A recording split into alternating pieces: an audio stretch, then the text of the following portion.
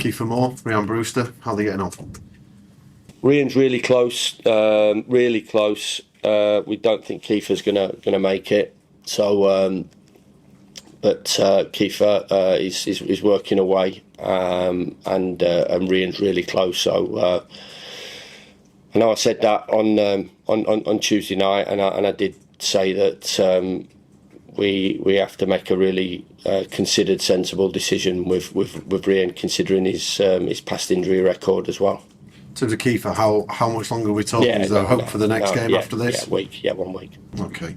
Tom Davies's journey. There's some great photos, some good comments and quotes in the week.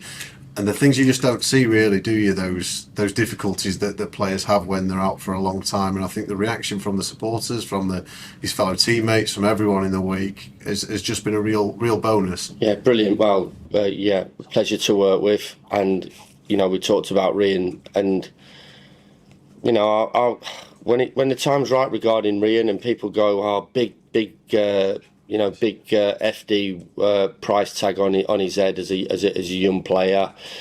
I said he was the best player in the country at the time, and he's just been struck down with injury after injury, and he's the most likeable lad that you could ever wish to meet. He's a top pro. He doesn't have any shortcuts. I would be saying different things if I thought he was shortcutting everything and he was indisciplined and he didn't have the desire and hunger to get back to where he was, but he has.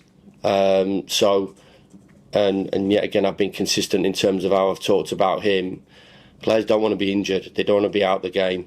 They want to do what they love doing from that early age when they first started to kick a ball, around the garden and in the back garden or on the school fields with the pals. That doesn't change. The love for football doesn't change.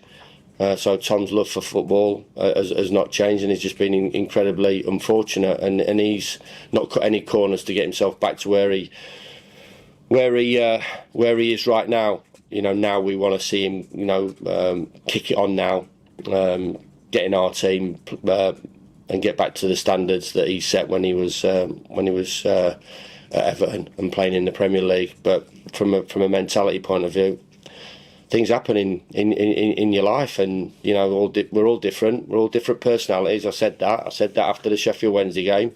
One person might act in one way, one person might act in another, and there might be a little bit subplots to why they're acting as well that way, and their personality and their characteristics and where they come from as well.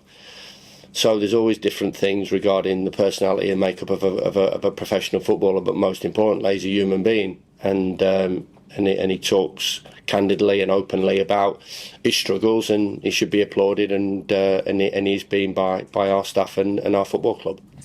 Is he ready for kind of half an hour, halves a game? How much are you going to have to integrate him kind of slowly into the next few weeks? Well, no, not really. He can play 90 minutes if we wanted him to, but he's got to get past Jamie Shackleton. He's got to get past Sidney Peck as well. Gus can play as a 6 as well, so he's got to earn the right as well. So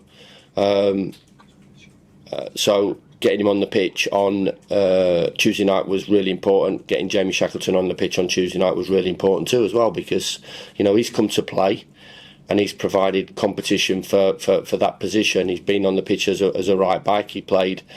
He started a couple of games as well. He unfortunately had an injury pre-season, as we all know about, and he's a competitor, and he came here to play. So fierce competition in that department, even though we've arguably lost one of our top talents.